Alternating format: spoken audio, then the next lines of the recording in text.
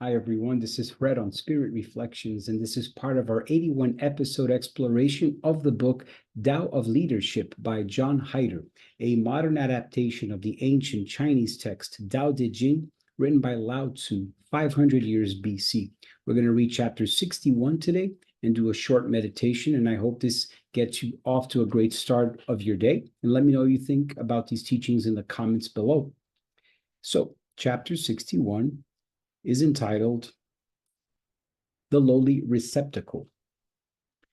It is a mistake to believe that a great leader is above others. Paradoxically, greatness comes from knowing how to be lowly and empty and receptive and of service. Imagine that the life force is like water in the river and in the sea. The sea, greater than the river, lies below, open and receptive. The busy, rushing river enters the sea, is absorbed, and is transformed. Or imagine that the leader is the feminine, lying below and open, empty and receptive. The group member is the masculine, above, tense and full. The feminine receives the masculine and absorbs the masculine vibration. Soon, the feminine has encompassed the masculine. The masculine has spent itself, become soft and resolved. The wise leader is of service, receptive, yielding, following. The group member's vibration dominates and leads, while the leader follows. But soon, it is the member's consciousness which is transformed, the member's vibration which is resolved. The relationship is reciprocal. It is the job of the leader to be aware of the group member's process. It is the need of the group member to be received and paid attention to. Both get what they need if the leader has the wisdom to serve and follow, to be open and below. Such wise teachings because it reminds us of the polarities that inhabit us.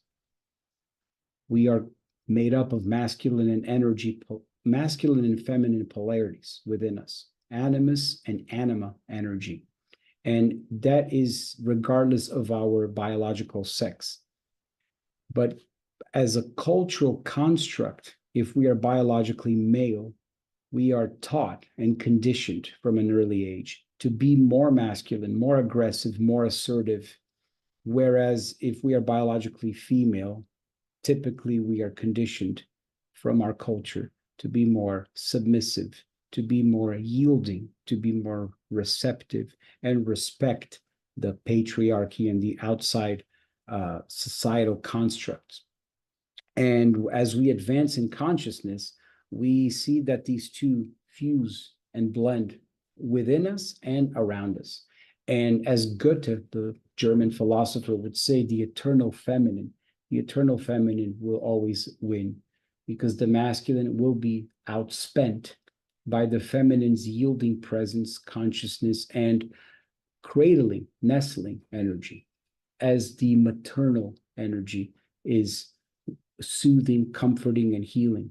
So the same dynamic unfolds in group processes. The leader tends to think that they need to apply a more masculine, assertive, domineering energy in order to lead. Whereas the Tao Te Ching here is inviting us to do the exact opposite. The leader follows. The wise leader learns how to follow. Follow what? Follow the dynamic of the group field. Follow the signs that the group field is bringing to the front. What are the energies that are unfolding in the group phenomenologically?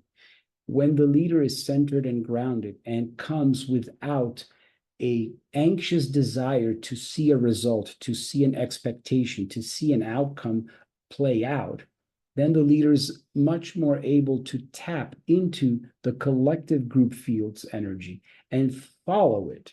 And by following it, the leader is able to then consciously guide it, facilitating its process. That way, the group member feels welcomed, feels listened to, feels heard and seen.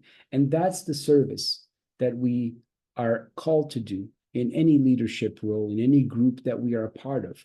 And there's also the dynamic that group members are leaders themselves in other capacities, even if they are in a lower position in the sense of they're just apprentices and they're supposed to be following a leader in one setting.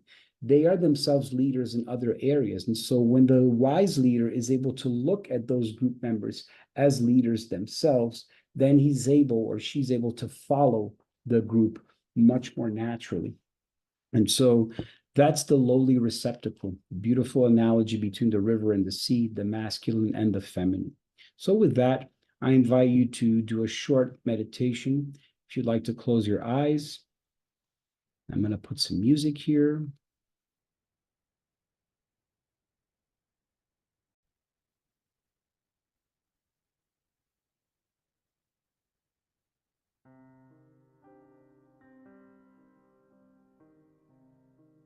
So let us be aware in this moment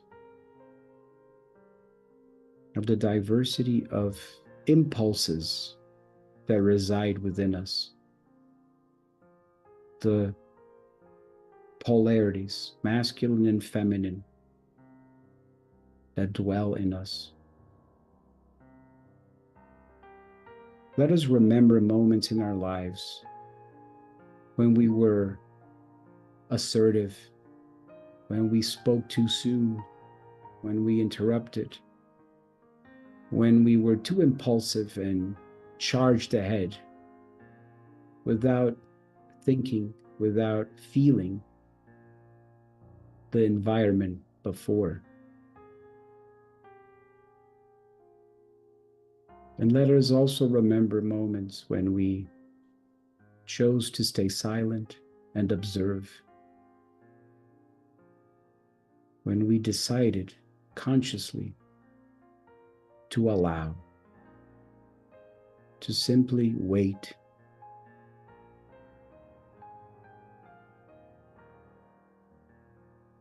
And let us bring these energies into a beautiful dance within us, a harmonious alchemy of beautiful qualities that dance together, that find their purpose and their area of service. And as we breathe, as we ground ourselves in this present moment, you become more conscious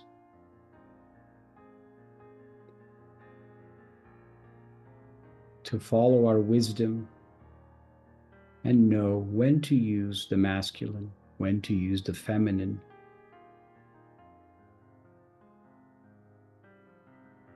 And that way we become more aware of what is happening around us and within us, so that we may be those effective, wise leaders, facilitators, who can be of service, aware, conscious, and simply present to the unfolding of other people's processes.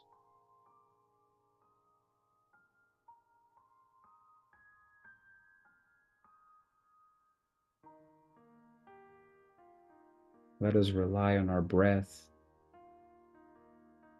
as a powerful centering tool whenever we are in doubt, unsure. May we first breathe and then decide.